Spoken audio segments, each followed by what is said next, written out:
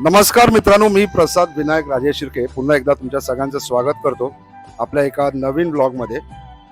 Title आणि thumbnail बघून तुम्हाला समजलं असेल की हा ब्लॉग कशाबद्दल आहे. खरं तर मी डोंबिवलीला बरेच वेळेला आलोय, पण मला पहिल्यांदा कोणीतरी बोलवलंय डोंबिवलीला रेसिपी दाखवायला, आणि ती पण संकेतची आत्या आहे, तिने बोलवलंय. सो अपर्णा आम्हाला डोंबिवलीला आता इथे घेऊन आलोय. आम्ही आता इकडे सध्या आलोय, सकाळी 10 वाजता निघालेलो, 12 वाजलेत आम्ही इकडे पोहोचलोय.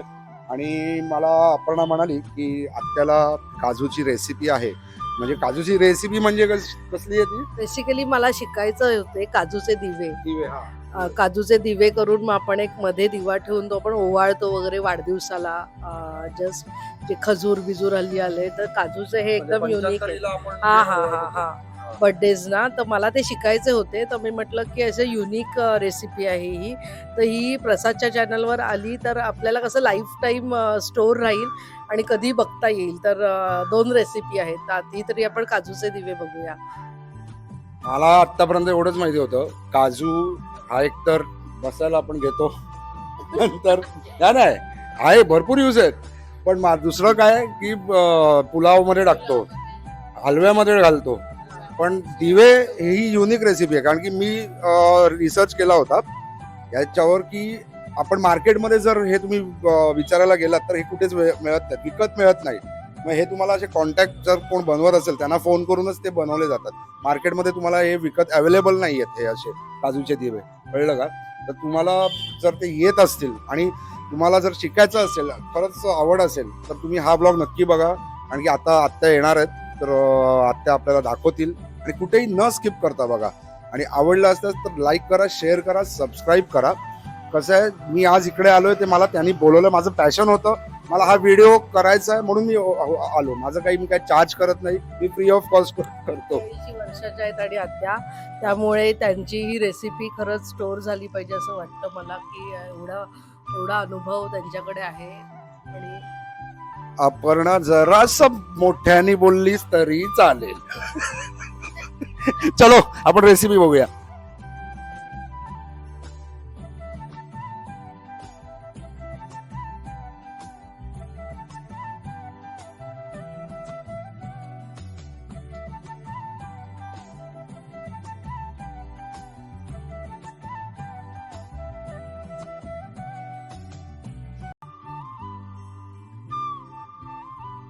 नमस्कार, माझं नाव मीना लाळे. मी पहिल्यांदा दादरला राहत होते, आता मी डोंबिवलीला राहते. आता मी तुम्हाला काजूचे दिवे कसे करायचे ही रेसिपी दाखवणार आहे. हे दिवे साधारण कोणी केलेले, खूप जणांकडे वगैरे असे पाहिलेले नाही आहेत. मी सहज आपलं एक नवीन काहीतरी करून बघूया म्हणून बघितले आणि माझ्याच वाढदिवसाला मी केले होते. ते सगळ्यांना खूप आवडले.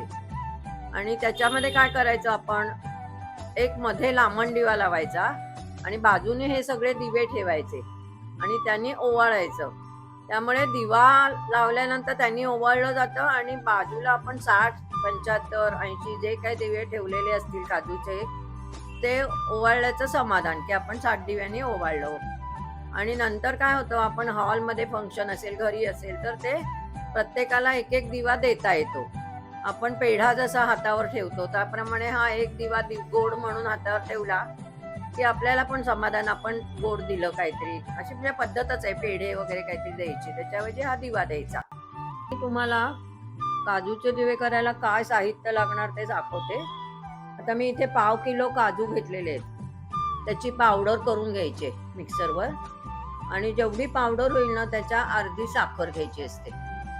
आणि मग त्याच्यात साखरेचा पाक करायचा असतो आणि त्या पाकामध्ये ती पावडर घालायची आणि चांगलं घोटायचं ते. आणि मग ते घोटून झाल्यानंतर ते गार व्हायला लागतं. गार होण्यासाठी आपण काय करायचं, ते परातीमध्ये काढायचं आणि त्याच्यामध्ये आपल्याला रंग घालायचे. मग 3 भाग करून घ्यायचे त्याचे, पांढऱ्या भागाचे. आणि मग एकामध्ये एक गुलाबी, एकामध्ये हिरवा, असे 3 थेंब थेंब घालून घ्यायचे त्या रंगाचे. आणि मग ते चांगलं मळायला लागतं. गार झाल्यानंतर छान ते मळायचं आणि मळून झाल्यानंतर मग आपण त्याचे दिवे वळायचे.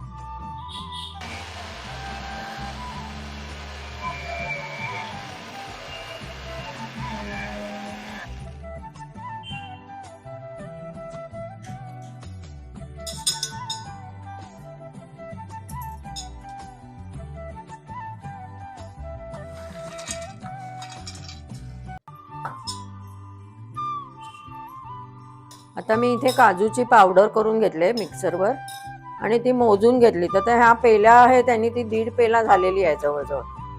तर आता 1.5 पेल्याला म्हणजे अर्ध्या पट साखर घालायचे पाक करायला. आता 1.5 पेला साखर घ्यायची आणि त्याचा पाक करायचा.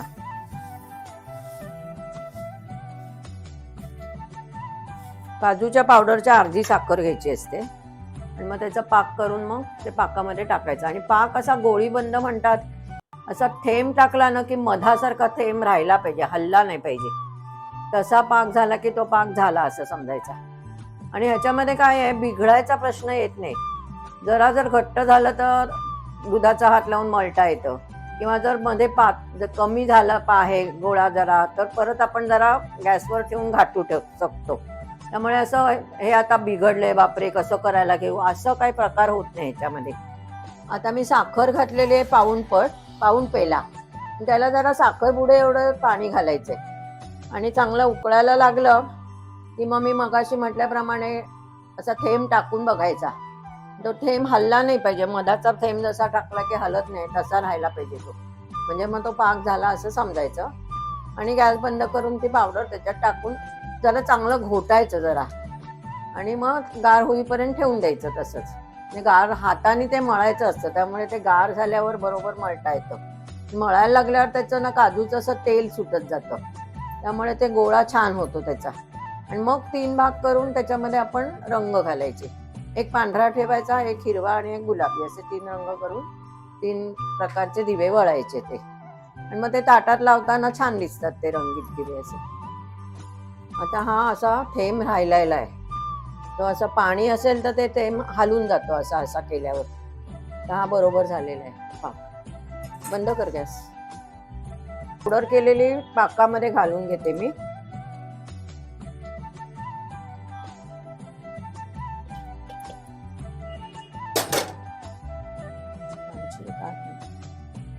गार होईपर्यंत काहीच करायचं नाही, ते तसंच ठेवून द्यायचं गार होईपर्यंत. हा असं छान मिक्स करते.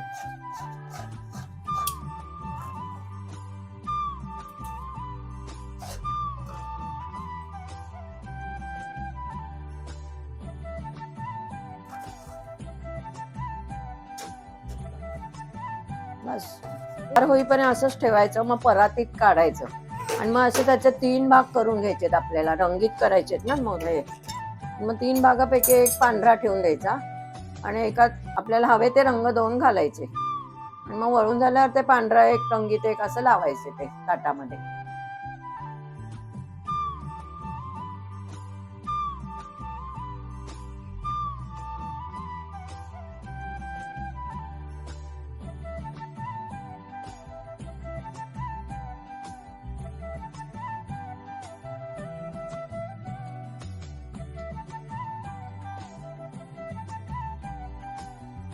पाकात टाकल्यानंतर ते चांगलं मळून घेतला पीठ गोळा काजूचा, आणि त्याच्यात हे 3 भाग करून घेतलेले आहेत.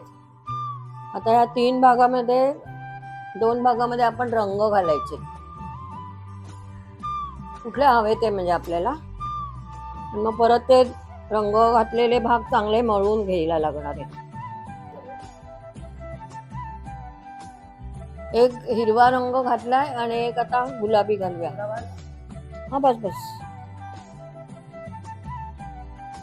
आणि मग रंग घालून अगदी छान मळायला लागतं, कारण ते बरोबर हिरवा सगळं आलं पाहिजे शेड काजूचं ते. सगळे आम्ही सारखे गोळे करून घेतो, म्हणजे सगळे सारखे होतील ना दिवे. असे छान गोळे करून घेतले त्याचे. आधी गोल करून घ्यायचे सगळे. हा, आणि मग दाखवते मी त्याचा दिवा कसा.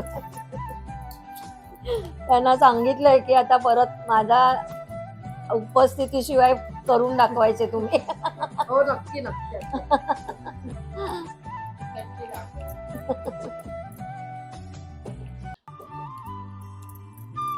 एवढं तुपट हात घेतले होते ना, त्याच्यामध्ये असं बोटाने एक भोक पाडायचं आणि जरा साईडने असा हात जरा हे करायचं गोल, आणि फक्त एक टोक करायचं त्याला असं. मध्ये एक असं बोट घालायचं, तिथे भोक पडलं पाहिजे हे जसं काय आपण तेल घालणार आहोत त्याच्यात असं ह्यानी.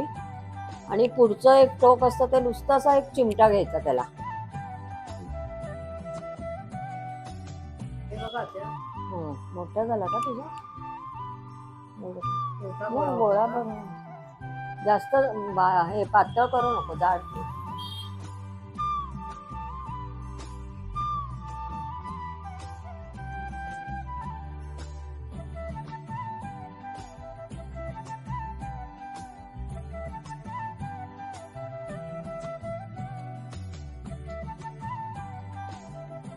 हे आपण मगासच्या रेसिपी प्रमाणे केलेले आहेत आणि ते छान लावून घेतलेले आहेत. मध्ये लांबण दिवा ठेवलेला आहे आणि ते खूपच छान दिसतात. ओवाळायला वगैरे असं खूप छान वाटतंय.